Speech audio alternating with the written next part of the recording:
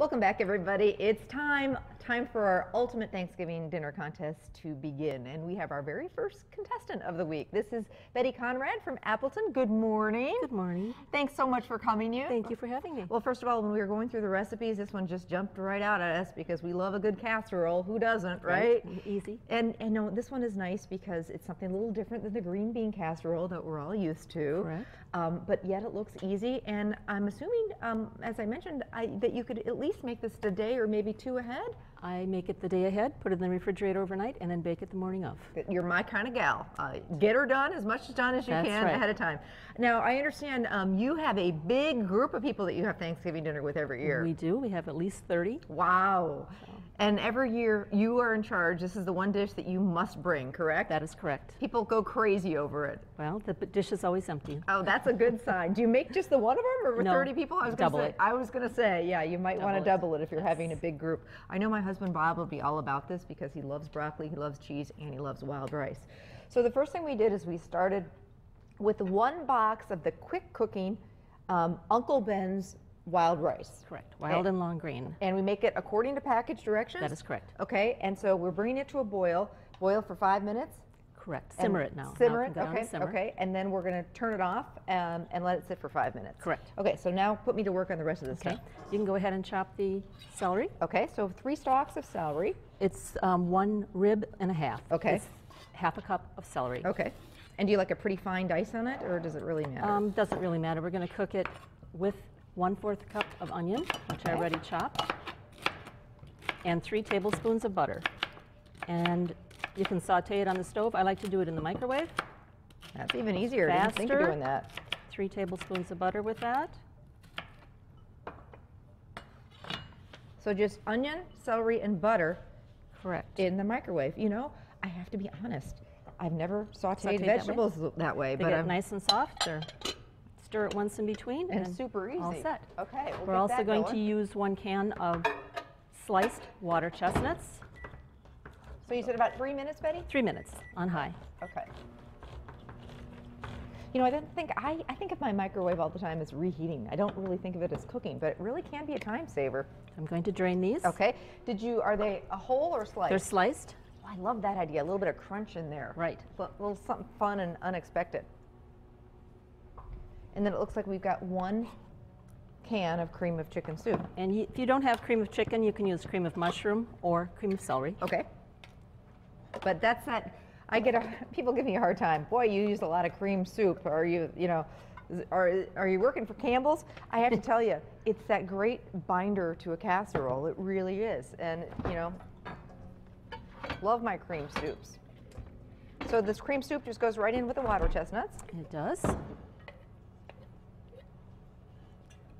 So besides this, I understand you also have to bring a dessert or two to the big Thanksgiving dinner. Well, there's a lot of desserts that arrive. I bring 1. Okay. You have a requested dessert, or you switch it up? No, I'm trying a new one this year. You are? It is a pumpkin cake. I had it at a bunco, a gal who was hosting bunco, and she made it. It was delicious, so I am making that. Well, you'll have to come on the show another time and make that with us.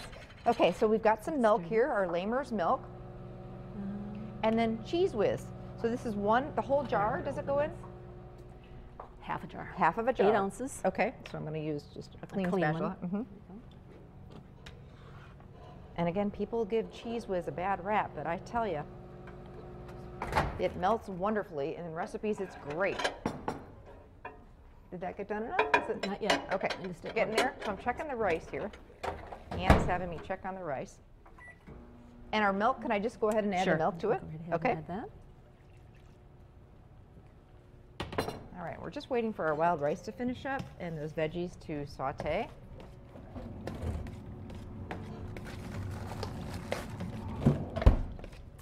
And to that, we're going to add 1 10 to 16 ounce bag of frozen chopped broccoli. So you can just throw it in there frozen. That's right. Love that. Simple. You know, and we're talking about Thanksgiving, but side dish like this is perfect all year round with roast chicken or meatloaf or whatever. Right. It doesn't have to be just for Thanksgiving. Yum. We've got a nice big casserole dish. What a pretty casserole dish, by the way. Compliments of of my sister-in-law who's hosting Thanksgiving this year. It's gorgeous. Do we need to spray it with cooking spray? Yes, please. Okay, let me get that. You want to check on those veggies and see how they're doing?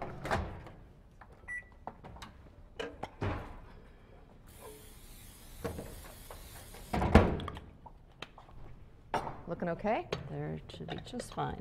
Wow, they do really soften up nicely. And of course, they're going to cook again in the oven, so. Right.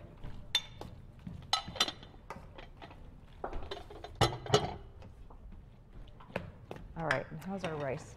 At home, you'd probably want that to cook a little bit longer, so we'll Correct. just kind of let it hang out before we put it in to our dish. So you just want it to, you know, that water to be absorbed before you Yes. put it in there. Okay, bake time on this, Betty. 1 hour at 350. 1 hour. Do you cover it? I do cover it. You do cover it. Okay. All right. So we've got it again. Once this rice, the water is absorbed, we'd add this to this, then spoon it into our casserole dish. And again, Betty makes it the day ahead and then just bakes it for about an hour at 350. Chef Ken, who is our first guest judge, come on over, Chef Ken Hall. He has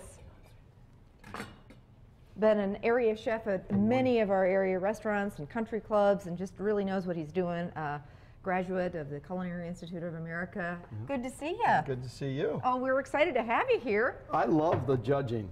Well, who doesn't, right? This is my favorite Yeah, part. no kidding. All right, so cheesy broccoli casserole with wild rice. Sounds absolutely delicious. Oh man, does it. Bubbly and hot out of the oven. Is there anything better? Nope. Okay. Get you a spoon here. We're gonna have to blow on this a little bit. I like the idea of the water chestnuts in there too. I do too, just for that little yeah, crunch. exactly. Yeah. Ooh. Some of these just casseroles like this, I don't know. I'm all about it. It's a little too hot yet. Oh, we have, you know, in the Callous business, tongue? yes, we totally do. Oh, that's okay. You know what's good? If it goes right down Yeah, the all front. down the front. Yeah, Oh, yeah. that is absolutely yeah. delicious. You like? I do. I do. I like that a lot. I like the water chestnut in there for that crunch. That's fabulous. And that cheese whiz. I mean, sometimes I know you fancy chefs, but you can't beat cheese whiz every once in a while. You just Convenience. can't. Yeah, exactly. And it melts so nicely. Well, Betty's going to stick around. Will she be the big winner today? Or is our next contestant, Diane, who's making a wonderful cranberry grape salad? Her recipe's coming up in just a little bit. And Chef Ken's going to stick around too. What are you making, Ken? We are going to do, well, of course, you stole my idea earlier. I'm doing cheesy potatoes with bacon, cheddar, and ranch. Ooh, killer potatoes for Thanksgiving. Yep. Can't wait. So stick around for Chef Ken's recipe and our second contestant, Diane's recipe too. So stay with us. We'll be back.